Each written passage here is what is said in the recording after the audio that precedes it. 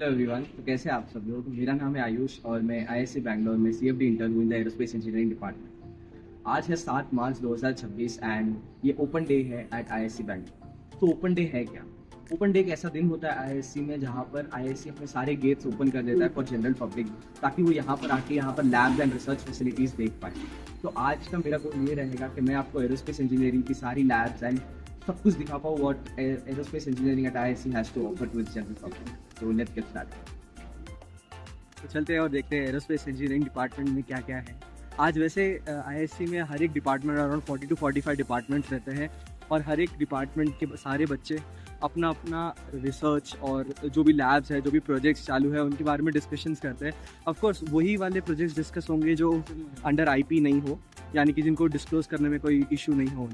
And बहुत सारी research labs है यहाँ, बट सारी तो आज कवर नहीं हो पाएंगी। तो मैं मेरी ब्रांच यानी कि एरोस्पेस का पार्ट कवर करने की कोशिश करूँगा, मोस्टली बिकॉज बाकी सारे ब्रांचेस जो होते हैं उनके कंटेंट मिल जाते हैं, बट एरोस्पेस ब्रांच को उतना वेटेज नहीं मिलता। Me being from the aerospace background, I wanted to be in the limelight. Let's see. तो ये आ गया एरोस्पेस इंजीनियरिंग डिपार्टमेंट एंड यहाँ पर आप देख सकते हैं यहाँ पर 2 ब्रांचेस का है, एक तो हाई एनर्जी फिजिक्स है और दूसरा है एरोस्पेस इंजीनियरिंग डिपार्टमेंट।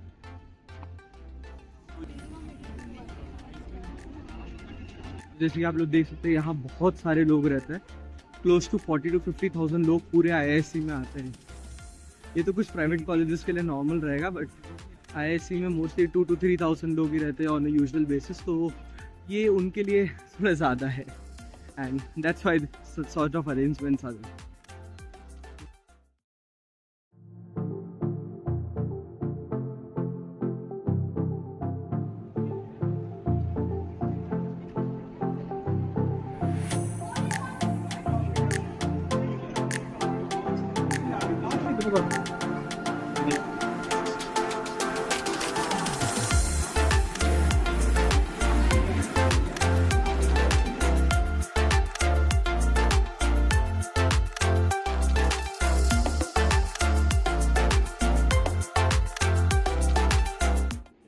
स्टॉल्स दिख जाएंगे यहाँ पर, जो यहाँ के मास्टर्स और पीएचडी के बच्चे हैं उन्होंने अपने अपने रिसर्च की चीज़ें डाली हुई है। एक ही करके तो जाकर देखते हैं कैसे होता है यहाँ।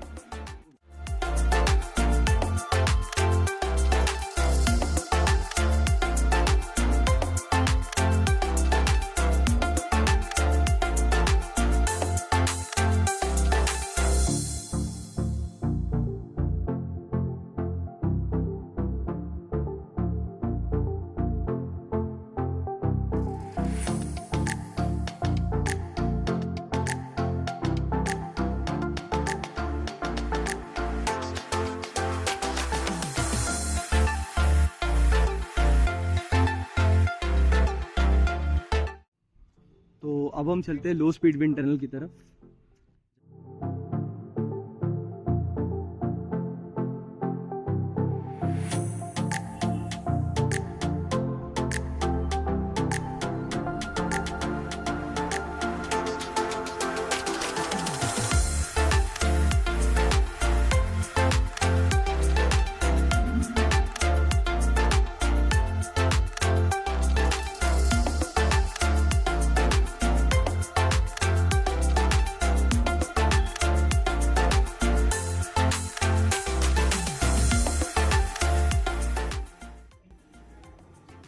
So now we are going to look at the T-leaf paradox as explained by Einstein.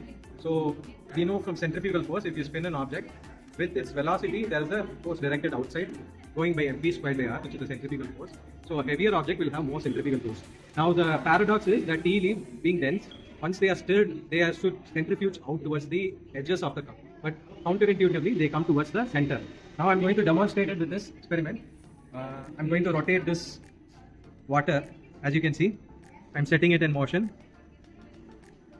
and now I'm going to drop a heavy object to the side. Now what happens? The object to the side moves towards the center, and this is because of a lack of centrifugal force, because the water at the bottom close to the wall has less velocity due to boundary layer, and then it comes to a fall because the pressure force is kind of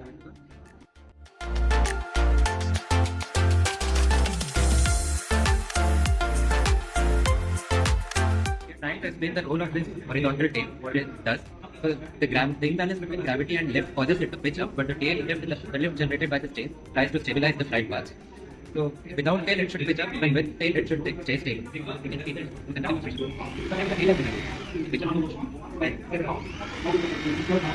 But this configuration stays much stable with the tail.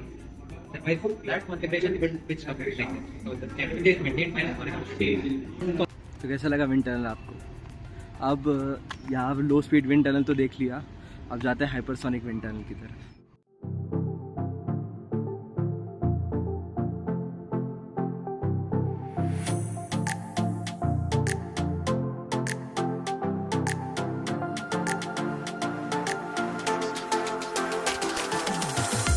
तो guys ये है shock tube and जानते हैं यहाँ के PhD students से कैसा है।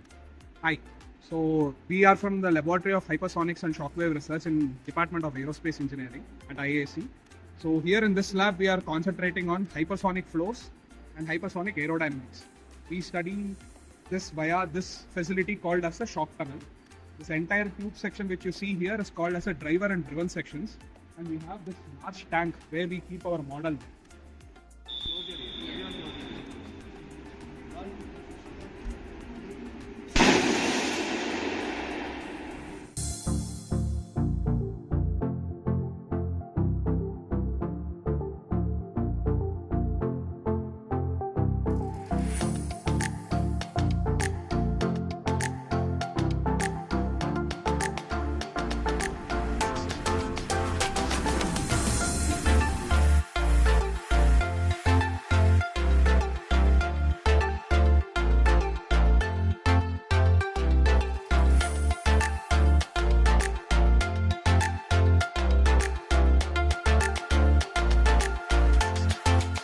तो कैसा लगा आपको ये वीडियो जहाँ पर मैंने आईआईसी बैंगलोर में एरोस्पेस इंजीनियरिंग डिपार्टमेंट को कम्प्लीटली कवर किया। ओपन डे पे क्या क्या होता है, कैसे कैसे चीज़ें ओपन होती है, मैंने आपको सब बताया। मुझे तो रिकॉर्ड करके बहुत अच्छा लगा एंड आई होप आपको भी उतना ही अच्छा लगा होगा। मैं यूजी प्रोग्राम्स भी चालू होने वाले हैं यहाँ पर एरोस्पेस इंजीनियरिंग के लिए, तो मैं उस पर भी एक डिटेल्ड वीडियो बनाऊँगा कि अगर कोई बच्चा क्लास 12th में है और वो जेईई एडवांस देता है तो उसके बाद क्या प्रोसीजर रहता है यहाँ आने के लिए। सो आई होप आपको वीडियो अच्छा लगा and let's meet in the next video. So thank you.